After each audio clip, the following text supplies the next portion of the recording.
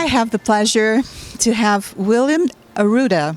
In Portuguese, we would say Arruda. He's an authority on branding. He's a speaker. He's a best-selling author. I went to his session and I learned so much. I wrote so many things.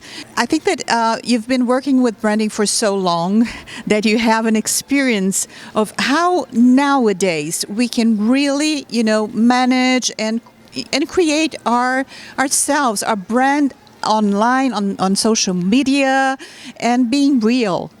I think this is the great challenge. Can you expand on that, please? Welcome. Well, thanks. Thanks so much for the opportunity to chat. Our ability to be successful it requires that we stand out from others, which means we need to know who we are, what makes us great, why people should care, and make that visible so that we can attract opportunities. There are other people who do what we do. What's going to get people to come and seek us out? Determining what that is going to be great, because that's going to give you your plan to be able to be visible, available, and valuable to that community so that you can achieve your goals. You asked us a question during the session that I want to replicate to you.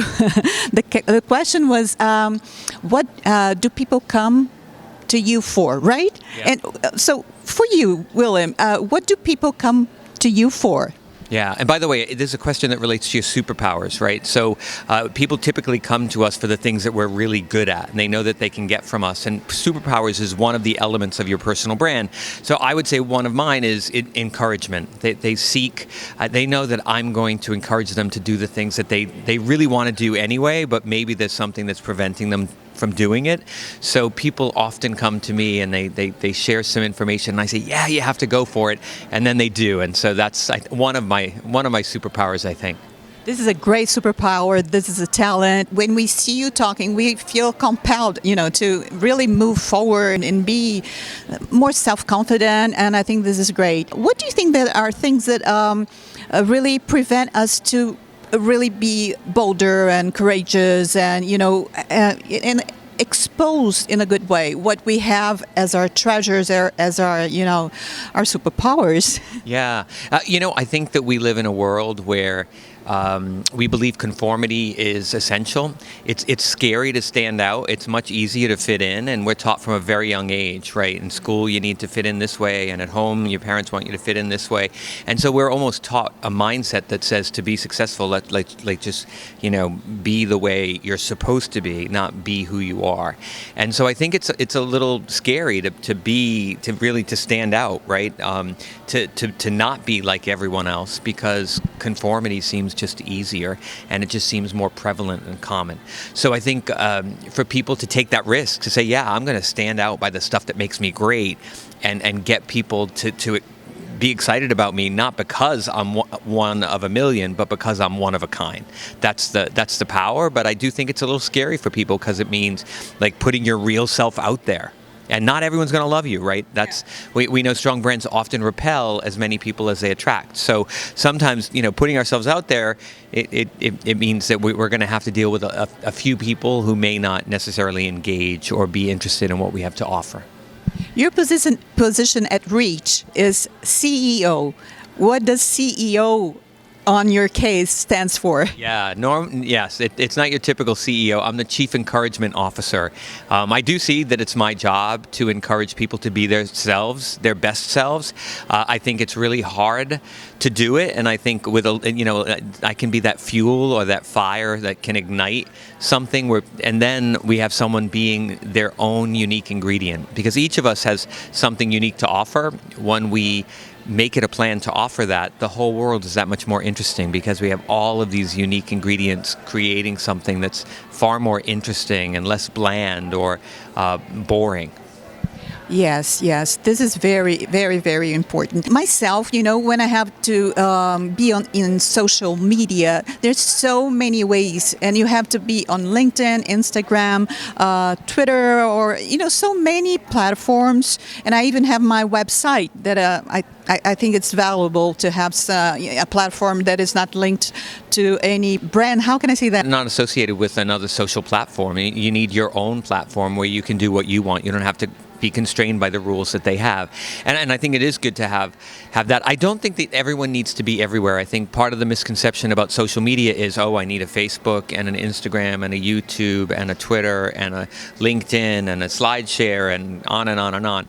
I think what you want to do is think about, how do you like to communicate? What are the tools you like to use? And where are the people you're looking to influence? And look for the intersection of those two things, right?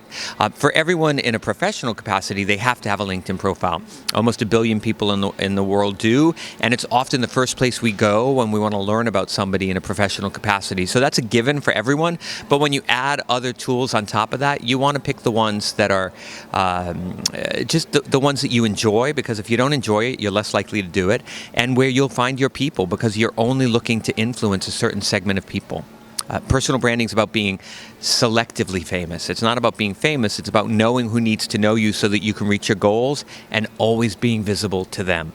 We have so many trends now, even metaverse. We're going to have an avatar. It's getting so complicated. So if we can be a little more focused on one or two, how many do you recommend if we are interested in this area of corporations and organizations and in our professional lives? Yeah, I think that 2 maximum. I say LinkedIn. If you want a second one, I say YouTube. Video is the future of branding. It's the way that you can engage people in a more meaningful, emotional way.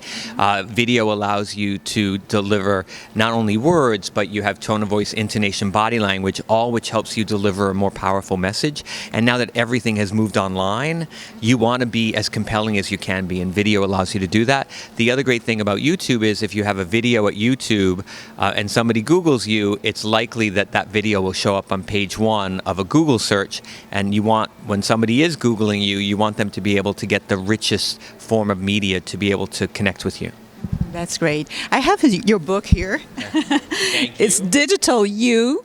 And what is the main message that you want to send? What for people to have like a preview, what would you say about the book Digital You, Real Personal Branding in the Virtual Age?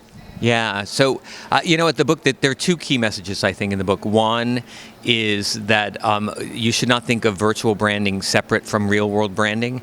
You need to translate who you are in the real world for the virtual world. A lot of people just put stuff up in the virtual world, and it's not really consistent with who they are. So you really need to align the real and the virtual, which means you need to focus on the real first. You need to know your values and your passions and your superpowers and your differentiators and your goals and your purpose and all the things that make you you before you even start doing anything online. I think that's the first message. And the second message is about authenticity, right? Do the things online that you would do in the real world, and be authentic. Don't take on the voice of someone different or try to behave in a different way.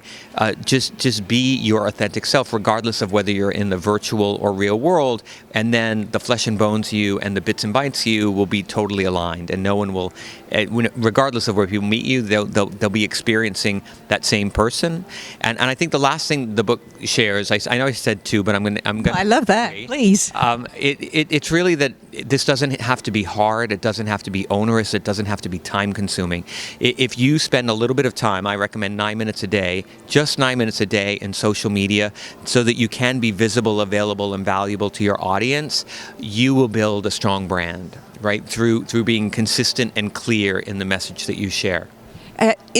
Does this work for you? I know that you're very busy, and do you have that habit? Yeah, I do. So when I'm not traveling, because most of my work is public speaking, the first thing I do in the morning is my 9 minutes. I don't go to most people. The first thing they do in the morning, my first thing. Let's be clear, espresso. The first thing I do in the morning. The second thing I do in the morning is I do my 9 minutes of social media. I check out what's in my feed. I'll post a couple of things. I'll thank a few people. I'll reshare a few things, and that's it. Most people start with their email. And that is a recipe for just hating your entire day. Because how it happens, I don't know, but you go to sleep, you wake up, all of a sudden your inbox is full with a whole bunch of content, and you feel a little bit defeated before you've even started. So if you start with social media and you use generosity as your message, like I'm going to share this person's post, I'm going to thank this person for what they contributed, I'm going to add my comments to this content here, I'm going to share something I read that maybe the people who need to know me haven't read yet, and I think it's really valuable.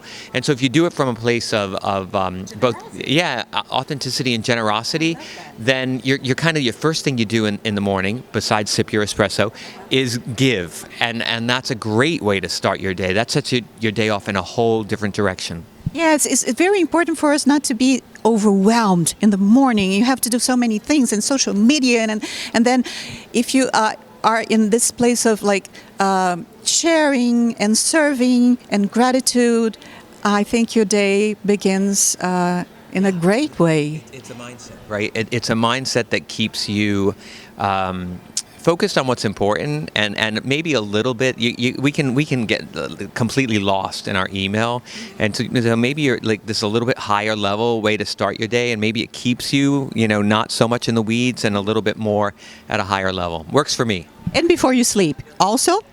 Actually, I don't do social media before I sleep.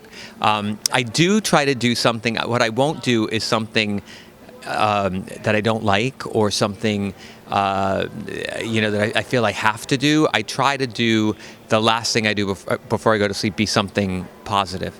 And by the way, I often try to shut down social media and all that, and then watch something funny if I can. Right? It just, I don't know.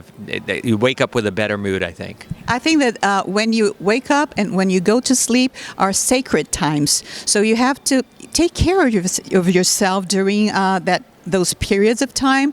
So this is a very good tip, and he walks the talk. So we have to. To follow his model, and because he's a master on that subject. Thank you so much for sharing with us, and I hope to see you in Brazil soon. He knows Brazil very well. Where have you been?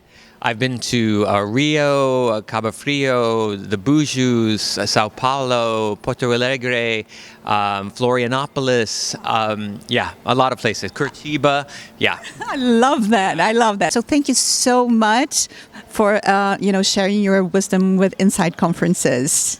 Thank you, Celina. I really appreciate it. It's a lot of fun, and hi to all my favorite people in Brazil.